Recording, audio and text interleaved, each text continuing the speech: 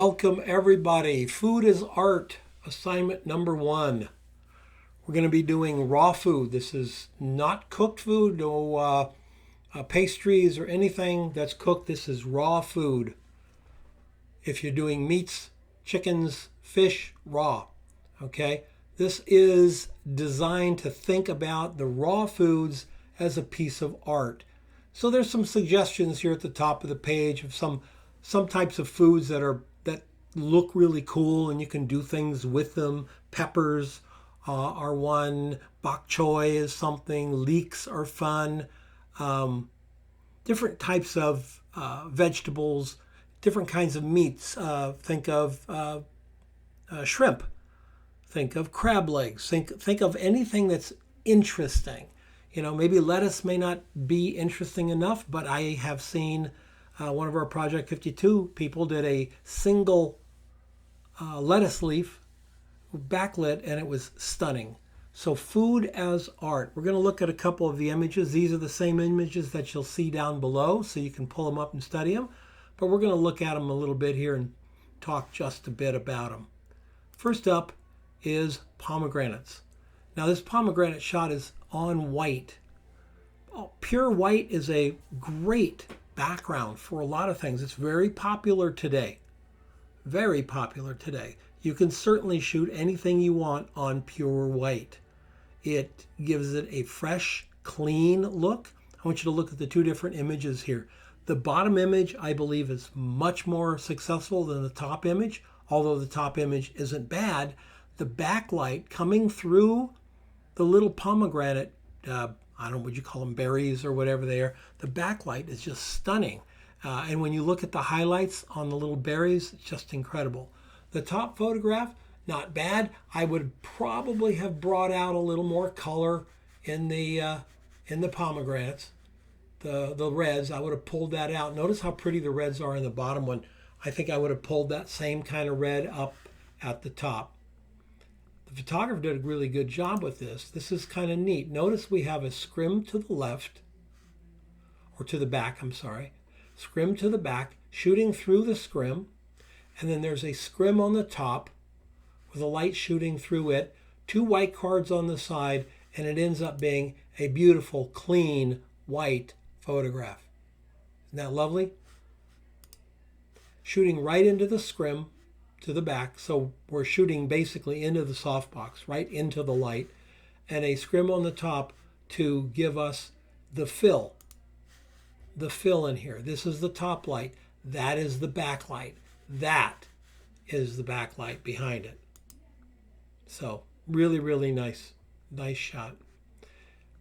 Here's a natural light shot in a kitchen, designed to look natural, designed to feel natural. These tomatoes are beautiful and clean. I think the tomato there on the left, I think I would clean that one up a little bit. I don't know if you could see my mouse on this video or not, but I'm sorry if you can't. I'll try to figure out how to fix that. But that little guy right there, second tomato down on the left, there's a little gray spot on the edge. I would take that out, and I'd probably fix in the second tomato up from the bottom. There's a couple of little imperfections there. I would fix those, but the rest of it is beautiful. And notice that hard light coming in, throwing the hard shadows and then the soft shadows around it. It looks like a kitchen. It is a kitchen. Actually, you can see the light coming in here. There's something out here blocking the light. I think it's a pillar or something blocking the light here. And it's coming from over to the right into the window. So we have that nice, natural, real sunlight coming in. It really makes a nice shot. Beautiful composition. Bringing it right down. Everything leads us up to these three tomatoes here at the top. These are smaller, so they lead up. Leading lines are going up. Leading lines coming to the tomatoes. The tomatoes themselves are large. They're pretty, and they're dominant in the photograph. Well composed and beautiful photograph. I mentioned bok choy before. Look at that. I believe that's bok choy. If it's not, don't send me hate mail. I believe it is bok choy. I used to work at a produce warehouse when I was a kid. So, and look how pretty it is. You know, everything, look at the angles here, the soft, subtle angles that run around the bottom, the leaves, the veins in the leaves, everything is so pretty. Just isolated on a simple background, a warm background. You notice that? You notice how the warmth of the background helps the cool greens just be a little more green? They just stand out a little bit more. Edge lighting all the way around looks very good. How is it done? Very simply, actually. Big scrim, double scrim. We've got a light behind a scrim, and big V card to the right side, filling in the plant from the right. Let's go back to the plant. You can see under here the white card coming into that leaf there. Go back over here, and then there's a white card up front that's keeping the light a little bit into these shadows, like in the middle there, just opening up those shadows. So one main light and a couple of bounce cards. Really cool, easy to do, simple to do at home. That big scrim could be a window with a scrim in front of it. It could be anything. You can do so many things here. Just shooting into a black background, keeping it really, really clean. I love this. We have a circle and a circle and a circle. We got circles everywhere. And then we got the carrots coming in, and the carrots are bent over, creating a circle, a half circle at the top. And it just has a really nice feeling. Look at the very design-centric shot here. I think I would probably beef up the carrots with a little more saturation. Just, you know, pull them up a little bit. I think I'd leave the basket where it is, and I think I would add a little bit more green to those carrot stalks. This is very natural. This image, if I remember right, was pretty much straight out of camera. I think there's a few little things that we can do with it to really make it pop. Just a little more green. I don't want it to be like phosphorescent green, you know, neon green. Just a little bit more green. And those warm carrots on that warm basket really helps pull it off the background. The blue is perfect color for the background to balance out those warm colors. How is it done? Check it out. Natural light. Sorry, the picture is so small, but natural light. Light coming through a window, coming through a scrim from the top, or the side actually. I'm sorry, the side.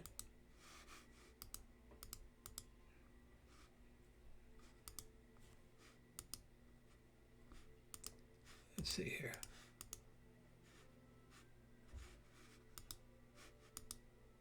Yeah, light is coming from the side here and casting the shadow down this way. So light's coming from up here. Very nice. Looks really good, doesn't it? Here we have 3 pumpkins on a green background. These pumpkins look pretty dull with the light going on here. Now we got a softbox on this side, and we've got a speed light over here with a flag in front of it to create a shadow. Let's check it out. Boom, check that out. Is that not cool? So that's the speed light coming in here, is throwing a hard shadow, a little bit of a hard shadow, and then we've got a soft shadow. So this area is the soft shadow that the flag is creating. And the flag shadow is being filled in by the softbox. So we have a soft light from this side, a hard light from that side, and a really stunning image. Graphics, notice the tilted horizon, the triangle of light coming in. It's just really a nice shot.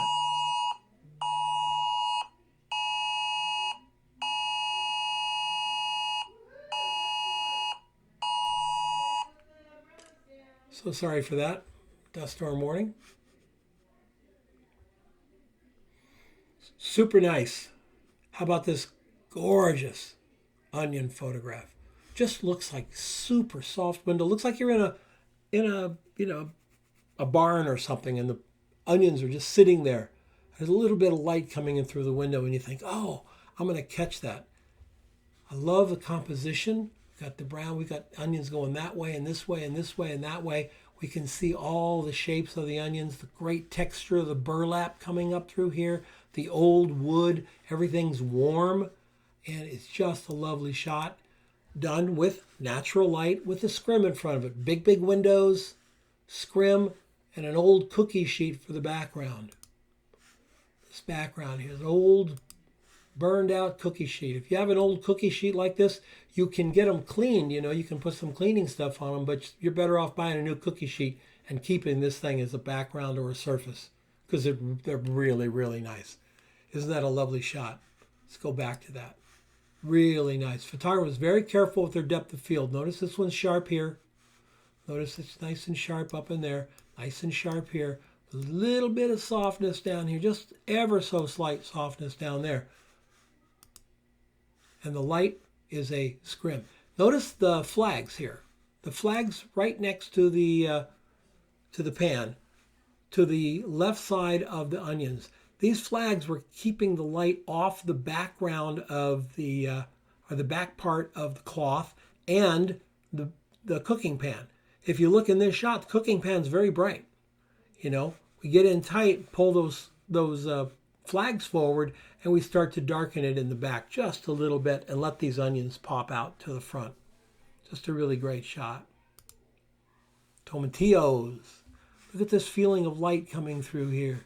And then it gets a little soft, a little bit darker back there. And so we end up with this one tomatillo as the hero. Number one, it's the only one that's not cropped. Do you see that? Well, this one's not cropped either, but it's smaller and it's in the dark. This one has light on it. This one back here is blocked by this. This one's blocking that one. Is blocking. This one's blocking that one. This one's blocking that one, and it's cropped. So our eye does come to this center tomatillo, and it's got the light on it. It's just lovely. Just a beautiful composition, really nice feel to the shot. It's done by bringing a light in very, very tightly to the scrim, and then using these cards here just to block that light a little bit. This card was actually pulled more in front of it here than we see here, but some V cards here to keep the light back on the tomatillos. This is a strobe shot in the studio. Strobe and scrim and tomatillos. Lovely shot. Apples. Natural apples for apple pie. Now this shot is not would not be acceptable for this class, but I really like the lighting on it. You know, if you just want to do apples, that's fine. Don't put the pie in it. It's cooked. We're not going to do any cooked food. So we've got the apples here. The reason I wanted to show you this is the clever way the photographer lit it. It's lit using something called the feather. And the feather is, notice the softbox is turned away from the subject. Okay? Camera's coming, in this particular case, camera's coming straight down, but it wasn't in this case. It was being shot from over here, coming this way. So instead of turning the softbox so it was aiming right at the apples and the pie, it's turned so that the apples and the pie are on the side of the softbox and the feather of the light as it falls off. Let's go back and look at the shot. See how the light just keeps falling off back there? It's a little bit bigger here. Look at the highlight on that apple. That one's very small. This one has none. That one has tiny bit there, but I have a feeling that's from ambient. And then the pie comes up front with a deep shadow. Also, the photographer here did not want to fill it in. One of that really natural, contrasty, natural light look to it. And that's fine. I would always suggest when you're shooting, do what you want, but just to learn or to find out something else, I would really suggest that you shoot it then with a fill. Try a silver fill, try a white fill, try a small white fill, try a large white fill. See what they do. Always experiment. Always be experimenting to find out what things look like. Here we got some fish on wrapping paper. Look at that. Isn't that pretty? The cool tones of the fish and the paper against the warmth of the wood here. It's really pretty. Look at the large highlights down the sides of the fish. That is a very large light source. It is a large light source. It's a window with scrim material in front of it. And the photographer's shooting from here. This fill card is angled to cause a shadow. It looks like a fill card, but it's actually a flag. It's flagged to cause a shadow up front. Go up here. You can see it's getting darker to the front. See the paper? Much darker than it is up here. It's just slowly dropping it off there to the back. And the other fill card's coming down the sides so that these fish are reflecting it. Then we have a fill card in the front here. Right there. Fill card in the front. And again, I apologize if you can't see my mouse. If you can't, I'll figure out how to do it for the next class.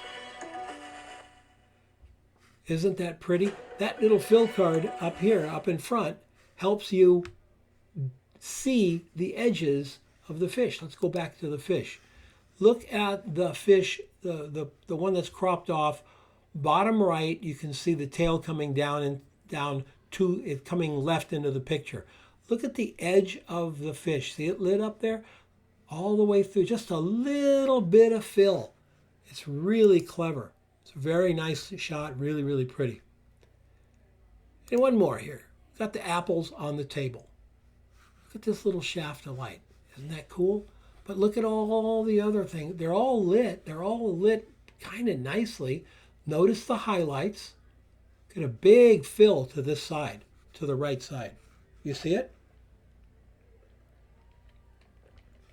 Really large right in here. You can see it here on these veggies. You can see it on the top of the apple, the green apple here.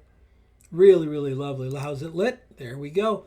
We got the softbox at an angle back there.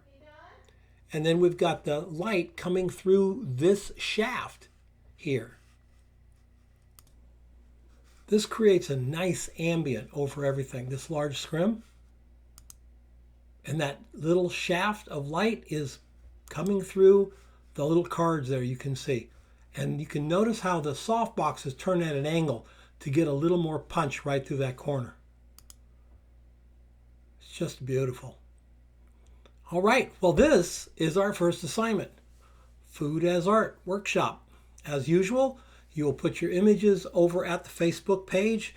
If you're not a member of the Facebook page, go to the home page of Food as Art and a request to join. I don't know if you even have to request to join anymore, but this is the workshop. I hope you enjoy the workshop, and let's get going. Thanks, everyone.